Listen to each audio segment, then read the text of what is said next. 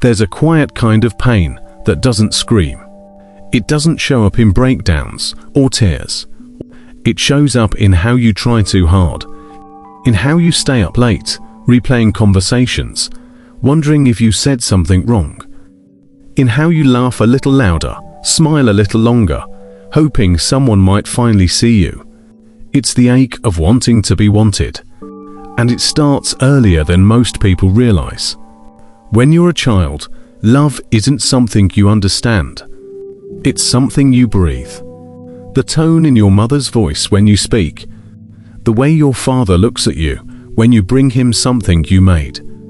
You don't know what attention is yet, but your body knows how it feels to be invisible. That's where the story begins for most of us. Not in adulthood, not in heartbreak, but in those small, quiet moments when we learn that love wasn't guaranteed. Maybe you were the kid who had to earn it. Get good grades, be polite, make people laugh, keep the peace. You didn't just want to be loved, you had to deserve it. And that's where something subtle happens inside the human heart. When love becomes conditional, attention becomes oxygen. You start measuring your worth in the reflection of someone else's eyes. And even when you grow up, that old wiring never really leaves. You can see it in the way adults chase validation. Like children holding up drawings saying, "Look what I did." Do you like it? Different setting, same question. Do I matter to you? The need to feel wanted isn't weakness. It's one of the oldest human instincts. Evolutionary psychology even supports this. Belonging and acceptance were survival tools. Being wanted meant being part of a tribe, being protected. Rejection meant isolation, and isolation meant danger. Our nervous systems still remember that. That's why being ignored can hurt as much as physical pain. Literally. Brain scans show that social rejection activates the same regions that process physical pain. So when you say that it hurt, you're not being metaphorical. You're describing something biologically real. But somewhere along the way, this survival instinct became an emotional currency. We started trading parts of ourselves to feel seen. We began bending who we are to fit what others might want us to be. It's subtle. You might not even notice when you're doing it. You agree to things you don't believe in. You laugh at jokes that don't land. You say it's fine when it isn't. And you call it kindness, or maturity, or keeping the peace. But deep down, it's the child in you whispering, "If I make them happy, maybe they won't leave." And the truth is, that voice doesn't go away just because you get older. You just learn to dress it up. You call it ambition. You call it service. You call it being dependable. But what you're really chasing is that old feeling of being needed. There's a moment in every person's life when they realize they've been performing for love. You look back and see all the times you tried to fix yourself so you could finally be chosen. You remember the silence after a text you sent too vulnerably. You remember standing in a room full of people but feeling invisible anyway. That's when it hits you. You've been chasing mirrors, not connection. Because being wanted and being understood are not the same thing. Most of us settle for the first one because it's easier to get. We think if someone wants us, that means they see us. But sometimes they only see the version of us that pleases them. And we mistake that attention for love. We've all been there. You meet someone and suddenly you feel alive again. Like all the invisible parts of you are finally being seen. But then as time passes, you realize they didn't fall in love with your soul. They fell in love with your reflection of their desire. You gave them what they needed to feel wanted too. It's mutual emptiness disguised as connection, and it's not anyone's fault. We all carry that same hunger, to matter, to be chosen, to be enough. Some people chase it through relationships, some through success, some through helping others. But the root is the same. We want someone to look at us and say, "You don't have to do anything. You already matter." But most of us had never heard that. Not from our parents, not from our teachers, not from the world. So we built our entire lives trying to earn a sentence that should have been unconditional. Sometimes you'll notice it in the smallest things. How your mood depends on someone's reply. How silence feels like punishment. How a compliment can change your whole day. You think you're just being sensitive. But no, you're responding to the old emotional economy of childhood. When you were small, every approval meant safety. Every rejection meant danger. So you learned to read faces like maps. You studied tone, timing, energy. You learned when to speak and when to stay quiet. That's emotional survival. And many people never outgrow it. Psychologists often call this attachment conditioning. It's the way our earliest emotional experiences create invisible patterns that shape how we relate to love, work, and identity.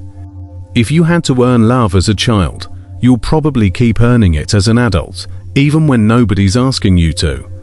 That's why people stay in draining relationships. That's why people overwork themselves just to be noticed. That's why so many of us mistake attention for affection. We don't really want fame. We don't really want validation.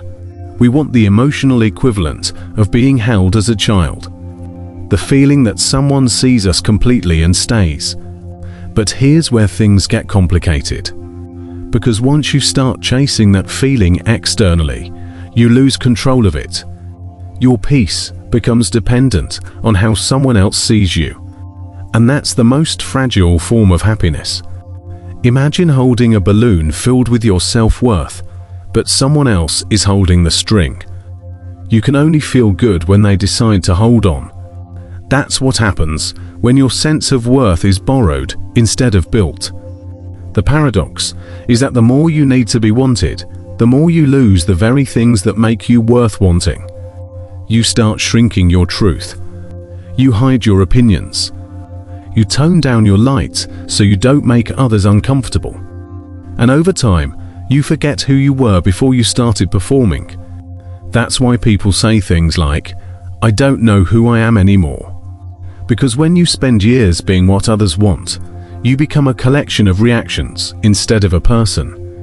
But here's the beautiful irony. The moment you stop trying to be wanted, you become magnetic. When you stop chasing validation, you radiate it. People can feel when you're no longer auditioning for their approval. There's something powerful about quiet self-acceptance. It disarms people. It makes them trust you. Because in a world full of performers, authenticity feels like peace. Still, let's be honest, letting go of that need isn't easy. You can't just tell your inner child, "Stop caring what people think." That child still remembers the nights they felt unseen. They still remember trying to make someone proud and watching them look away. So healing means reparenting yourself. It means learning to give yourself what you once begged for. To whisper to your younger self, "You're safe now. You don't have to earn love anymore." When you start doing that, something incredible happens. You stop needing others to fill that gap. And instead, your relationships become about sharing love, not proving it. That's the quiet transformation that nobody tells you about. The moment when you stop chasing worth and start embodying it. But getting there takes awareness. It takes catching yourself in those small moments of seeking.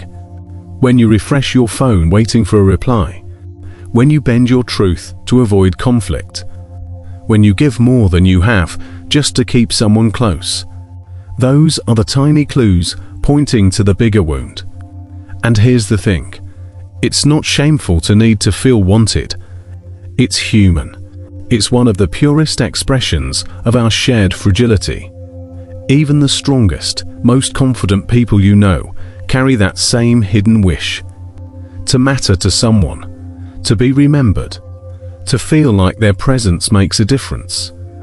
What matters is not erasing that need. It's understanding it.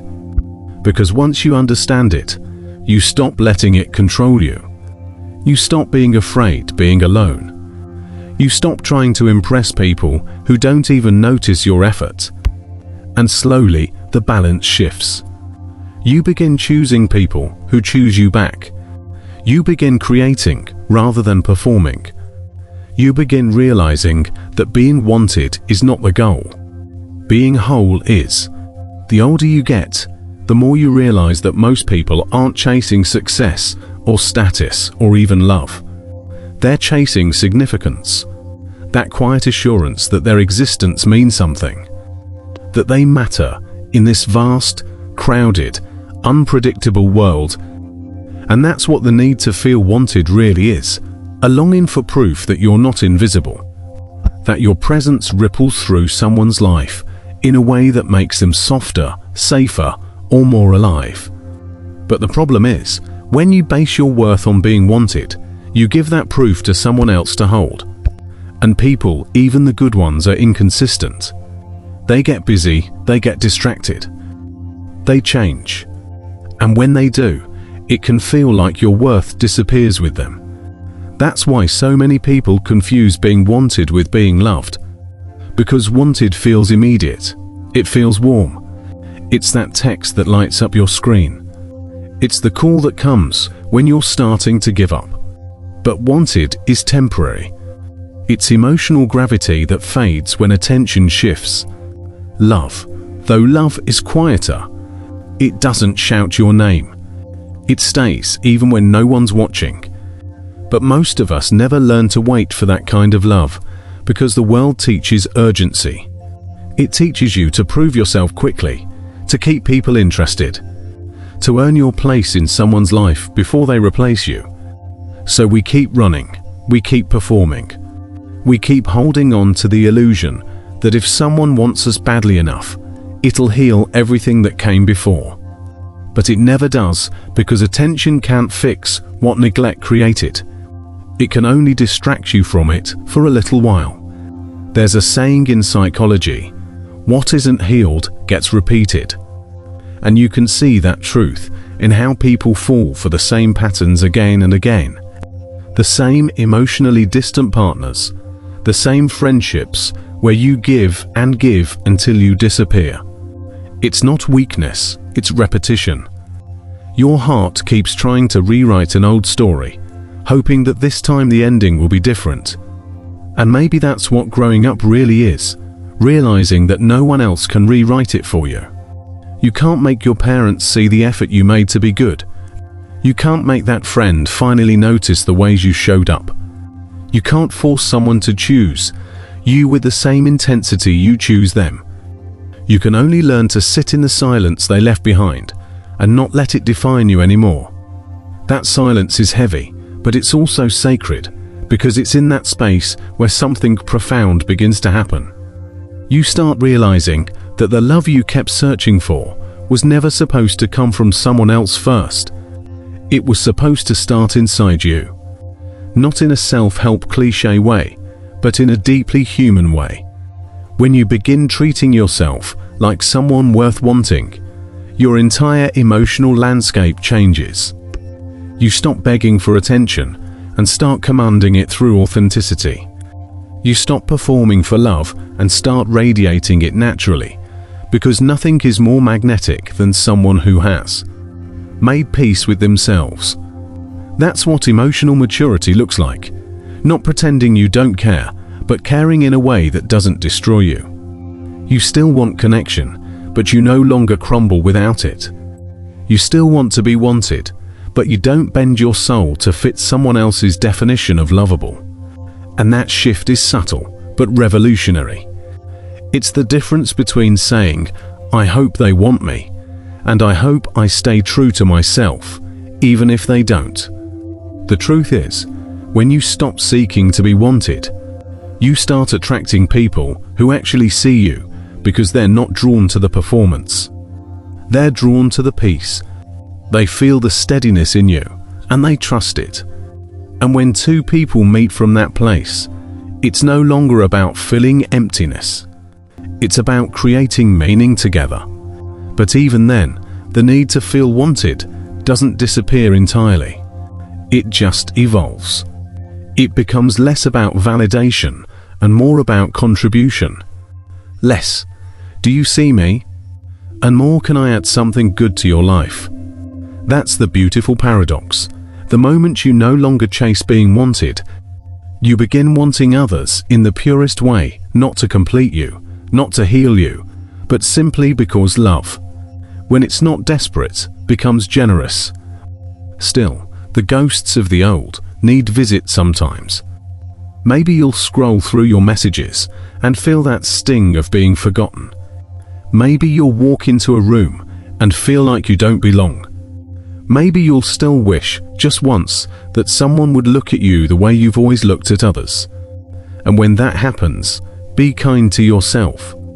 Because healing isn't about erasing those moments. It's about understanding them. That ache isn't weakness, it's memory.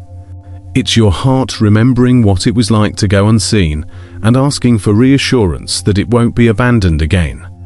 So give it that reassurance. Pause. Breathe.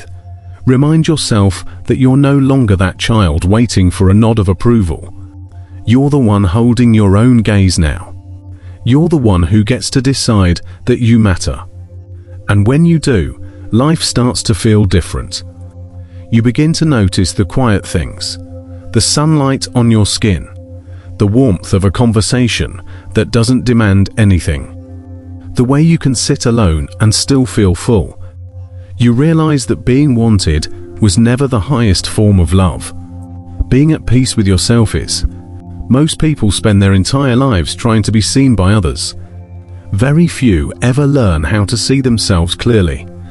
But the ones who do, they move through the world differently. Their happiness isn't negotiable. Their worth isn't conditional. Their presence feels grounded, calm, unshakable.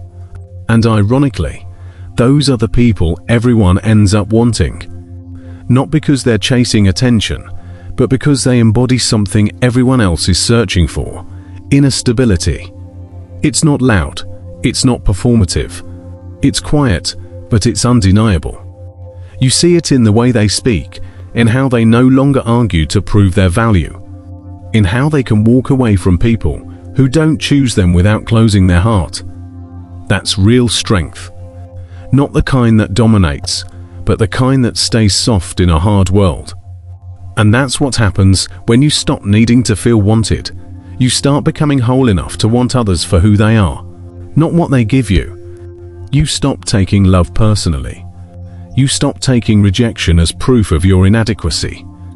You start realizing that people's capacity to love you is more about them than it ever was about you.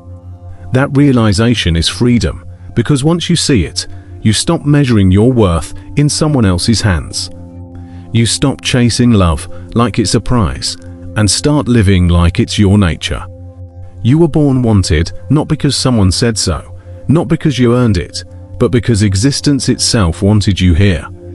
You're made of the same stardust that forms galaxies. You were never a mistake. You were never an accident.